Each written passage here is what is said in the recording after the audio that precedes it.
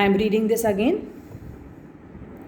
In those days, the central government would often misuse the constitution to dismiss the state governments that were controlled by the rival parties.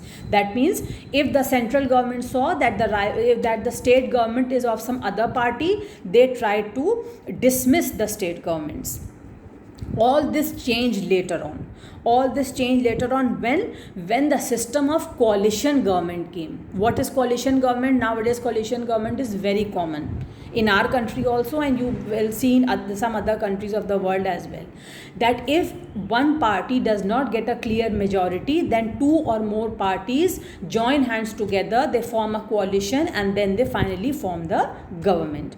So this was the beginning of the era of coalition government. Since no single party got a clear majority in the Lok Sabha, the major national parties had to either enter into an alliance with many other parties, including several regional parties, to form the government at the center. I am reading this again. This was the beginning of the coalition governments at the center. Since no single party got a clear majority in the Lok Sabha, the major national parties had to enter into an alliance with many parties, including several regional parties, to form the government at the center. That means two or more parties formed a coalition. This led to a new culture of power sharing and respect for the autonomy of state governments.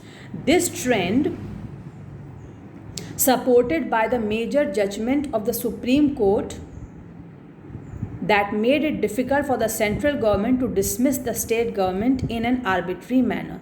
Thus, federal power sharing is more effective today than it is in earlier years after the constitution came into force. So, the conclusion of this is that in the center-state relations, I am only talking about this heading at present.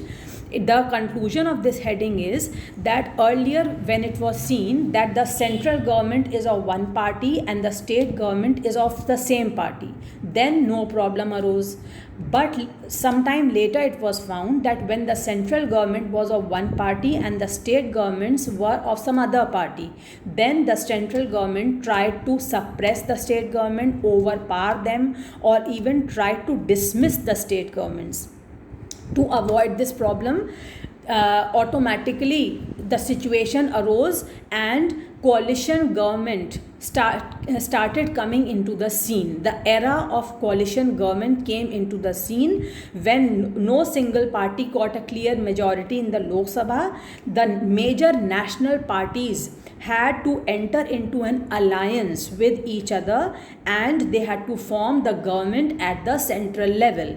This was called as the coalition government. So finally, the problem of central overpowering the states was finished.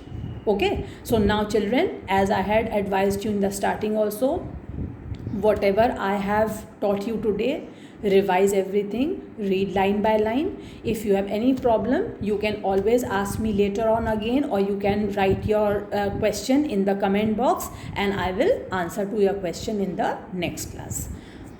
Stay at home, stay safe.